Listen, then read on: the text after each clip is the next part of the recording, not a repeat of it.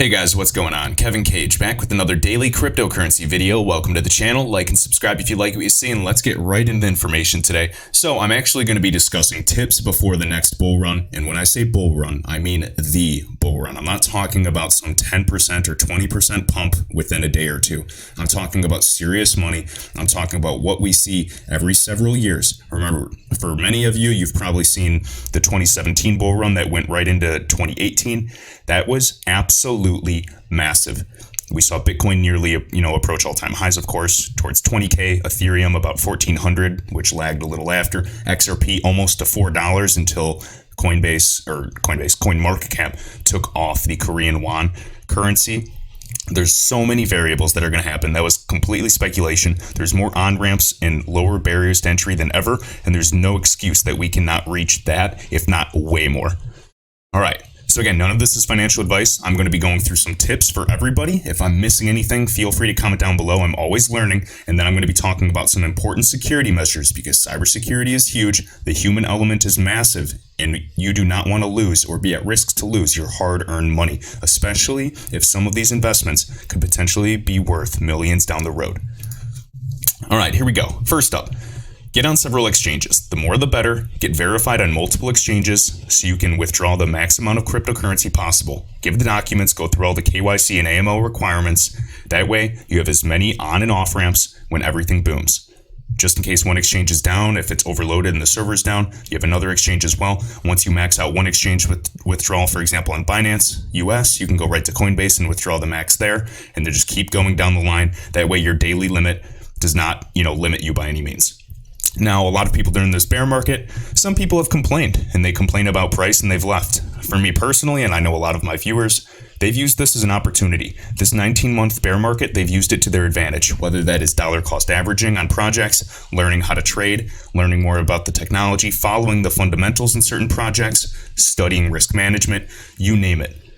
That is what I'm doing. I'm keeping my head down and using this opportunity to grow. Now, I know a lot of you are doing the same. Many may have started with altcoins, but this bear market is teaching them that, and me included, that ICO boom, that speculation boom, that was nothing compared to what's coming. Now, many arrived XRP as the most legitimate project in due time, and at the very least, it deserves some of your portfolio, if not all of it, in my honest opinion, not financial advice.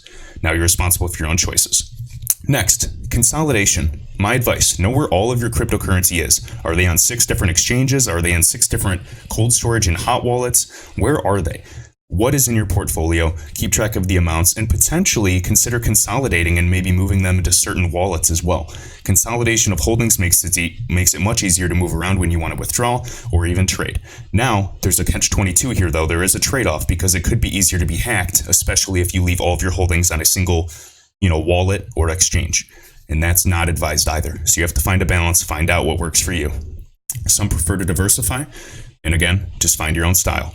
Next, review your current security setup for your assets. On exchanges, do you have two-factor authentication ready? Do you have the Google Authenticator app?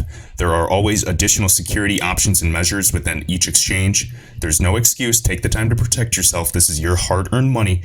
Each exchange offers different protection mechanisms.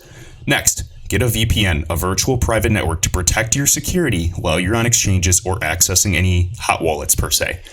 Perhaps you have, some people I speak to actually have a dedicated computer or PC or laptop, whatever, for cryptocurrency. Do not log into cryptocurrency exchanges using just Wi-Fi networks without a VPN. Now, you can, but there's a risk that exists. And I'm not trying to scare you. I'm just saying if you want to be 100% sure. And again, you can never be 100% sure, but I surely want to try to be 99% sure that my stuff is secure. Now, you can also extend a VPN license to your cell phone as well. And believe it or not, if you're choosing between just using a public Wi-Fi network or your cellular data on a cell phone to, access, a cryptocurrency exchange, I'm going to use my cellular data every time. It's usually 10 times more secure than using some random Wi-Fi network, even if it's at your house. Also, never store your passwords on a device. Do not store it in your notes. Do not store it on the cloud. Do not take a picture of it. Nothing. And again, even consider regularly changing your passwords and then use multiple emails for different exchanges, perhaps, and then change those email passwords as well. I know this might seem like overkill, but with something that could potentially be worth millions if it isn't already, I would advise this. Next, cold storage for your crypto, obviously the most secure. Ledger Nanos are in the description of the video. Even, what is it now? Probably $50 for the Ledger Nano S. You guys might say that's a lot. Well, for me, to store and secure something that can be worth millions in the future, that's, something well worth it.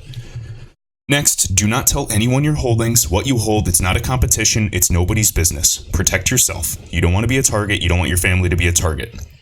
And then lastly, master your emotions. Write down an exit plan, hold yourself accountable, and execute when the time comes. For your own mental health, there's nothing wrong with getting your initial investment back as well if crypto or when it begins to move up again, if you're in the right asset. Now, some people get upset at you for selling. It's none of their business. Don't tell them your plan. Don't tell them your holdings, your portfolio, anything.